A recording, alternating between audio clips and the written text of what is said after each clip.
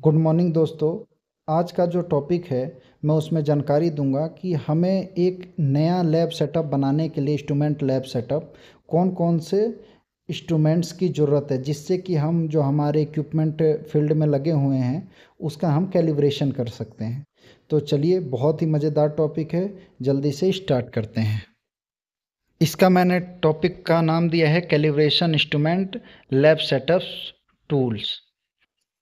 तो इनके बारे में जानेंगे। मैंने 3 कॉलम बनाया है। एक इंस्ट्रूमेंट का नेम का कॉलम है, एक उसका यूज कहाँ करना है, किसको कैलिब्रेट करने के लिए, और तीसरा कौन सा मैक अच्छा रहता है। तो इन्हीं विषयों को हम देखेंगे। सबसे पहले आपको ले लेना है मास्टर आरटीडी। मास्टर आरटीडी का हम यूज करते हैं, जो भी हम आरटीडी को कैलिब्रेट करते हैं उससे उसकी वैल्यू को कंपेयर करने के लिए। यूज में मैंने लिख भी दिया है, for compare the RTD temperature. और सबसे बढ़िया जो मास्टर आरटीडी आजकल मिलती है वो टेम्पसन्स की होती है। टेम्पसन्स का लीजिए, बढ़िया रहता है। उसके बाद आता है दूसरा टूल्स है मास्टर थर्मोकपल। मास्टर थर्मोकपल का भी यूज हम थर्मोकपल की कैलिब्रेशन के टाइम पे कंपेयर करने के लिए मास्टर वैल्यू से जो जिसका हमें कैलिब्रेशन करना है उसकी वैल्यू को कंपेयर करते हैं। और मैक इसको भी आप टेम्पसन्स का ही लीजिए, अच्छा रहता है। उसके बाद आता है जो टेम्परेचर बाथ में हम जो डाल के कैलिब्रेशन करते हैं किसी भी टेम्परेचर सेंसर को, जो आरटीडी हो या थर्मोकपल हो। इसका जो मैक है वो 2-3 मैक सबसे बढ़िया आते हैं। पहला है अल्फ़ा इंजीनियरिंग एंड सिस्टम का भी हो तो बढ़िया आता है। दूसरा नगमैन का भी बढ़िया आता है। मॉडल आप लोग देख लीजिएगा आपके लिए कौन सा बढ़िया है, लेकिन ये 2 कंपनियां ठीक ठाक है मेरे अकॉर्डिंग, मैंने यूज किया हुआ है। प्रो का भी आता है। अगला आपको लेना है master pressure gauge. Master pressure gauge का क्या यूज है? इसका यूज है for check pressure of testing gauge with master gauge.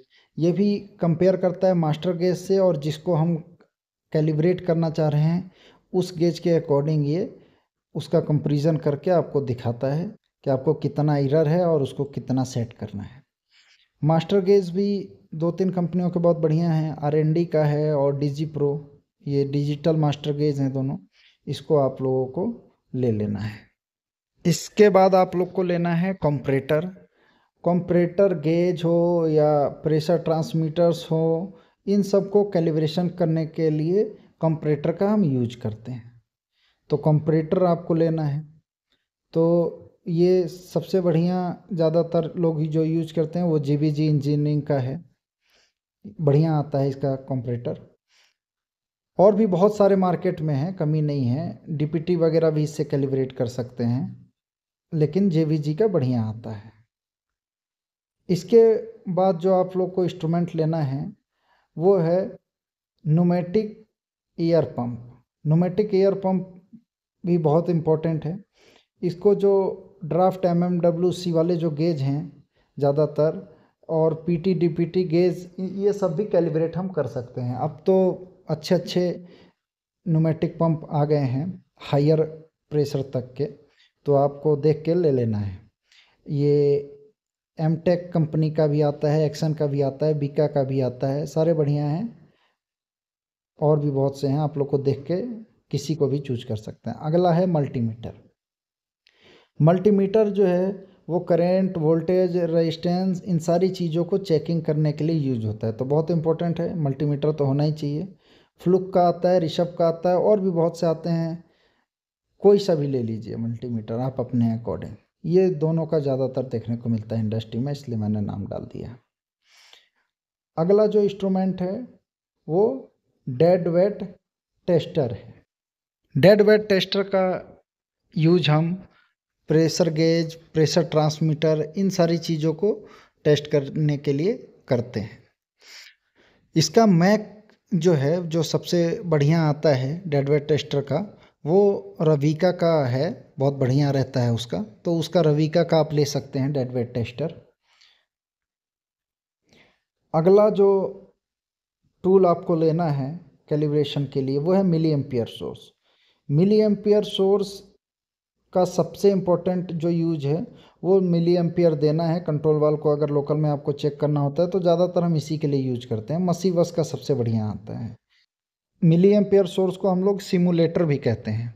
तो मिली एम्पेयर सोर्स के या सिमुलेटर। अगला जो है इंस्ट्रूमेंट वो है 24 वोल्ट डीसी पावर सप्लाई। ये भी रहना आपके पास बहुत ज़रूरी है, क्योंकि हर जगह 24 वोल्ट पे ज़्यादातर इंस्ट्रूमेंट्स काम करते हैं, तो कहीं भी देने के लिए ये एप्लैब का भी आता है, ईपीएल का भी आता है, कोई सा भी 24 वोल्ट सप्लाई आपको एक ले लेनी है।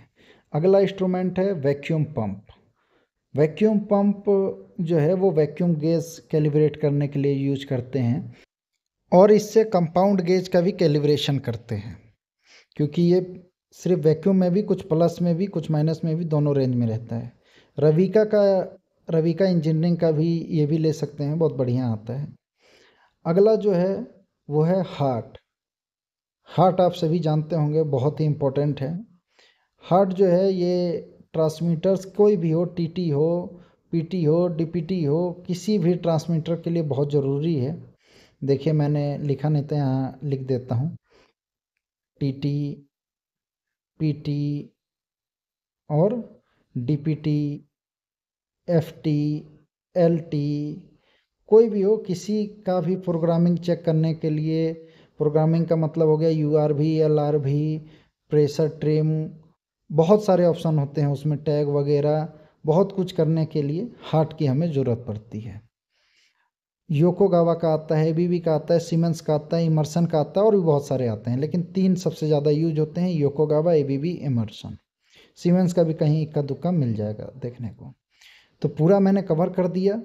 आशा करता हूँ कि ये वीडियो आप लोगों के लिए बहुत इन्फॉर्मेटिव होगी, क्योंकि बहुत लोगों का कॉल आ रहा था, तो ये वीडियो मैंने बनाया। Thank you. फिर मिलेंगे नेक्स्ट डे नेक्स्ट वीडियो पे।